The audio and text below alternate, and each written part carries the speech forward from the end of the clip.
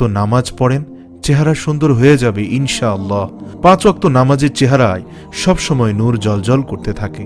কেননা আপনি দৈনিক 5 বার যদি আল্লাহ রব্বুল আলামিনের সামনে দাঁড়ান, তাহলে আল্লাহ রব্বুল আলামিন অবশ্যই আপনার চেহারার উজ্জ্বলতা বৃদ্ধি করে দিবেন। সুন্দর বলতে আমি বোঝাতে চাইছি উজ্জ্বল বা পরিষ্কার হয়ে যাবে, চেহারায় নূর জ্বলজ্বল করবে।